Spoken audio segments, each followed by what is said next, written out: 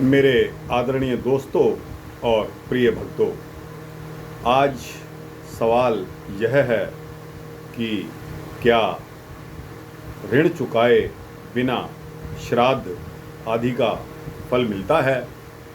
तो दोस्तों, इसके ऊपर यह वृतांत मैंने सत्य एवं प्रेरक घटनाएं जो कि भक्त रामशरण दास पिलखुआ द्वारा दिया गया है और गीता प्रेस गोरखपुर द्वारा इसको छापा गया है, इस वृतांत को आपके सम्मुख रख रहा हूँ।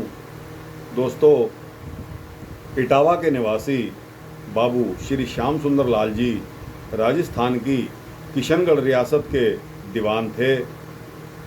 उनकी जन्म स्थली इटावा थी। उनकी एक ईमानदार और कर्तव्यपरायण दीवान के रूप में दूर दूर तक प्रसिद्धि फैली हुई थी। सभी इटावा निवासी इस विभूति की ख्याति सुनकर गर्व किया करते थे।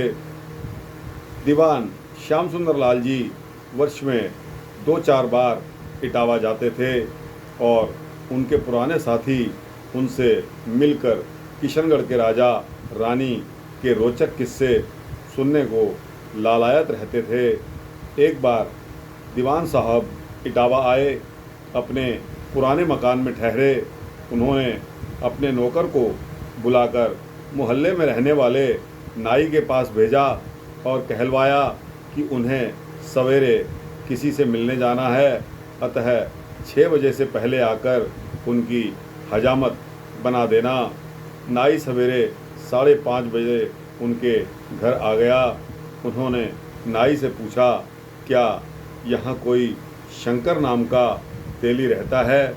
नाई ने बताया कि थोड़ी दूर पर इमली का पेड़ है, उसी के पास शंकर तेली का मकान है, पर शंकर तो मर गया है, उसका लड़का तेल निकालने का काम करता है। दीवान साहब ने नाई से कहा, मुझे इसी समय उसके घर ले चलो, बहुत ज़रूरी काम है। उन्होंने कुर्ता पहना, जेब से कुछ रुपए जेब में डाले और नाई को साथ लेकर शंकर तेली के मकान पर जा पहुँचे। शंकर तेली का पुत्र दीवान सबको साहब को पहचानता था। वह सवेरे सवेरे उन्हें अपने मकान के दरवाजे पर खड़ा देख हक्का बक्का रह गया। दीवान साहब ने उससे पूछा, क्या तुम शंकर के लड़के हो। उसने कहा, हाँ। क्या तुम्हारा कोलू चल रहा है। तो उसने कहा, जी हाँ, चल रहा है। उन्होंने कहा, मुझे कोलू के पास ले चलो। वह आश्चर्यजनित चकित हो गया, उन्हें कोलू के पास ले गया। दीवान साहब ने कमरे में जाकर देखा, एक बूढ़ा सा बैल कोल्हू चला रहा है। दीवान साहब बैल के पास पहुंचकर रुक गए। बैल ने उनकी ओर देखा तथा उनके कुर्ते के आंचल को मुंह से पकड़ने का प्रयास किया।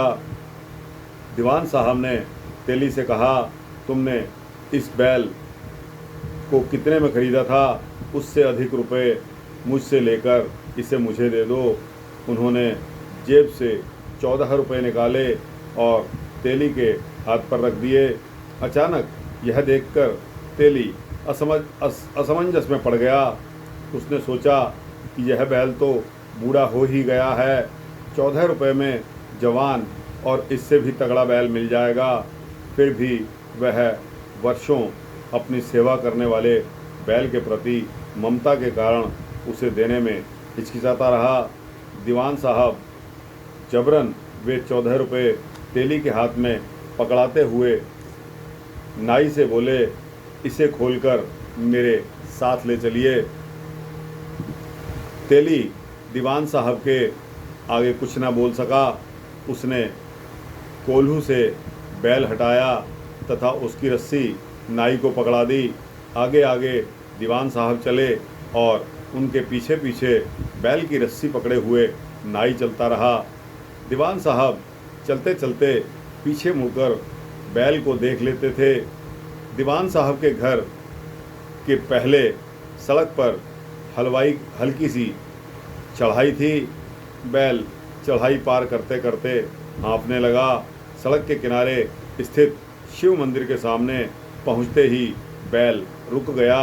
उसने सहसा मल त्याग किया और शिव मंदिर की ओर निहारा तथा गिर पड़ा। देखते ही देखते उसने प्राण त्याग दिए। दीवान साहब ने जैसे ही बैल को जमीन पर गिरते हुए देखा, पीछे मुड़कर उसके पास वे खड़े हो गए। हाथ जोड़कर कुछ बुदबुदाए, जैसे मृत बैल को श्रद्धांजलि दे रहे हों। उन्होंने नाई तथा नौकरों को भेजकर ठेला मंगवाया। बैल के शव को ठेले पर लदवाकर तथा उसे लेकर वहाँ से 4 किलोमीटर दूर यमुना नदी के तट पर गए। वे ठेले के पीछे पीछे पैदल चले।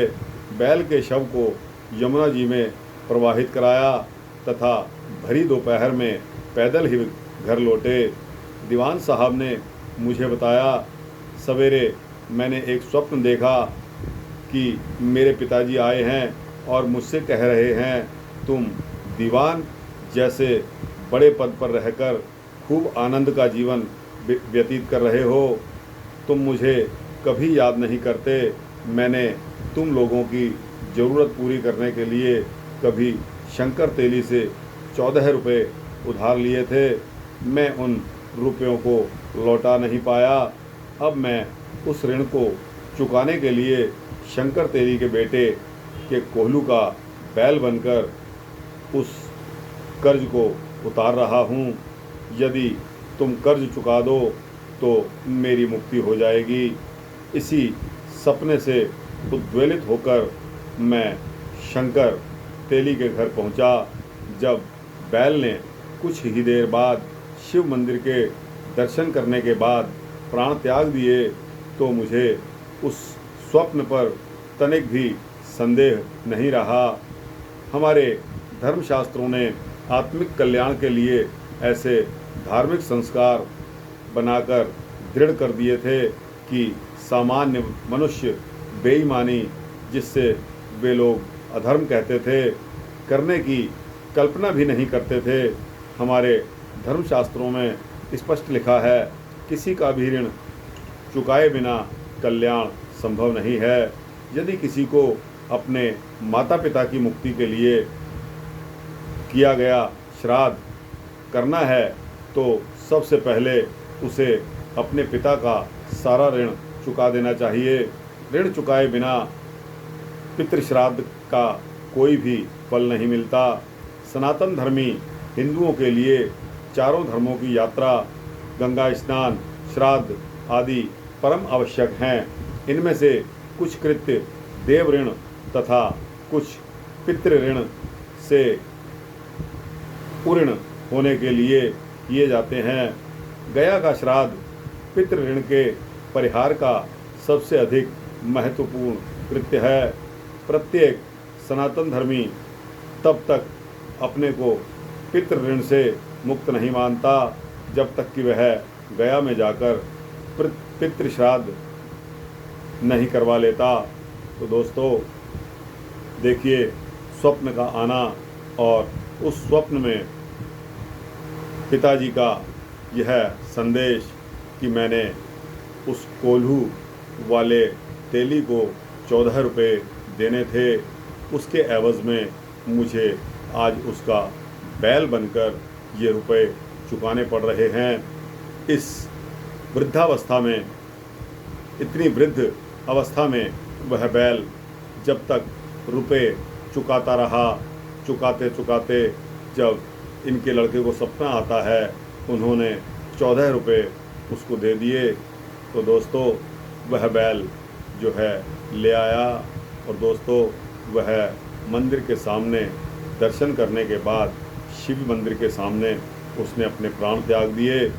तो दोस्तों यह घटना हमारे ग्रंथों में मौजूद है और सत्य एवं प्रेरक घटनाओं में तेली का बैल बनकर ऋण चुकाया नाम से बहुत मशहूर है।